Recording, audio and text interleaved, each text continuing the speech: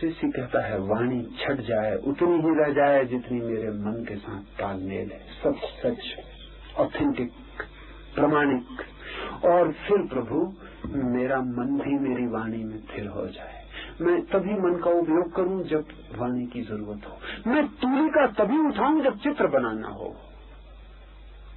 और मैं वीणा का तार तभी छेड़ूं जब गीत गाना हो। मैं मन का काम तभी करूं जब कुछ प्रकट करना हो। मन अभिव्यक्ति का माध्यम है, just a medium of expression. तो जब आप बोल नहीं रहे, प्रकट नहीं कर रहे, तब मन की कोई भी जरूरत नहीं। लेकिन हमारी आदत, बैठे हैं, सोए हैं, मन चल रहा है, पागल मन है हमारे भीतर। महात्मा गांधी को जापान से किसी ने 3 बंदर की मूर्तियां भेजी थी। गांधी जी उनका अर्थ जिंदगी भर नहीं समझ पाए, या जो समझे वो गलत था। और जिनने भेजी थी उनसे भी पूछवाया, उन्होंने अर्थ उनको भी पता नहीं था। आपने भी वो 3 बंदर की मूर्तियां देखी, चित्र में मूर्तियां भी देखी होंगी। एक बंदर आंख पर हाथ लगाए बैठा है, एक कान पर हाथ लगाए बैठा है, एक मुंह पे हाथ लगाए बैठा है। गांधी जी ने जो व्याख्या की वो वही थी जो गांधी जी कर सकते थे। उन्होंने व्याख्या की कि बुरी बात मत सुनो। तो ये बंदर जो कान पर हाथ लगाए बैठा है, ये बुरी बात मत सुनो। मुंह पर लगाए बैठा है, बुरी बात मत बोलो। आंख पर लगाए बैठा है, बुरी बात मत देखो। लेकिन ये इससे गलत कोई व्याख्या नहीं हो सकती, क्योंकि जो आदमी बुरी बात मत देखो ऐसा सोच के आंख पे हाथ रखेगा, उसे पहले तो बुरी बात देखनी पड़ेगी, नहीं तो पता नहीं चलेगा कि ये बुरी बात हो रही, मत देखो। तो देख ही नहीं तब तक आप। और बुरी बात की एक खराबी है कि आंख अगर थोड़ी देख ली, फिर आंख बंद की तो भीतर दिखाई पड़ती, वो बंदर बहुत मुश्किल में पड़ जाएगा। बुरी बात मत सुनो, सुन लोगे तभी पता चलेगा कि बुरी है, फिर कान बंद कर लेना, तो वो बाहर भी न जा सकेगी। अब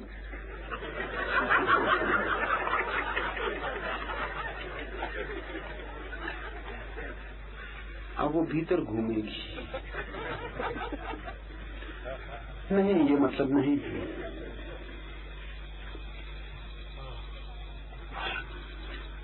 मतलब ये है, देखो ही मत जब तक भीतर देखने की कोई जरूरत न आ जाए। सुनो ही मत जब तक भीतर सुनना अनिवार्य न हो जाए।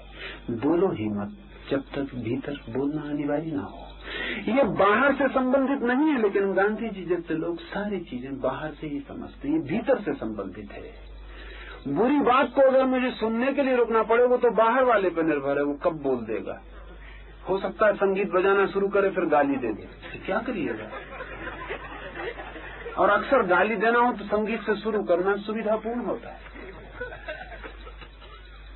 बंद करते करते तो बात पहुंच जाएगी।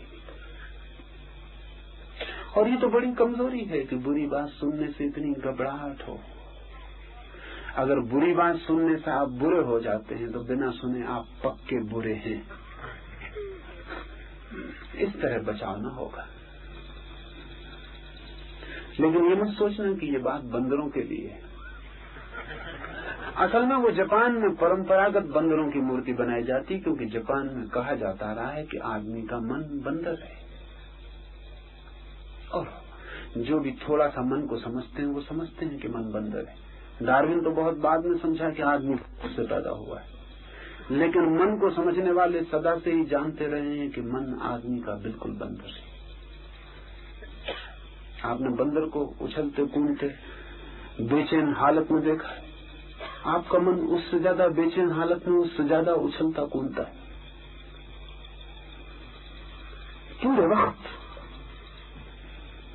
अगर आपके मन की कोई इंतजाम हो सके और आपकी खोपड़ी में कुछ खिड़कियां बनाई जा सके और बाहर से लोग देखें तो बहुत हैरान हो जाएंगे, भीतर आदमी क्या कर रहा है। हम तो देखे थे कि पद्मासन लगा है, शांत बैठा है, भीतर तो ये बड़ी यात्राएं कर रहा है, बड़ी चलान इस झाड़ से आकर ये भीतर चल रहा है, ये भीतर आदमी का मन बंधर है। उन मूर्तियों का अर्थ आपके लिए उपयोगी होगा इस 7 दिन के लिए।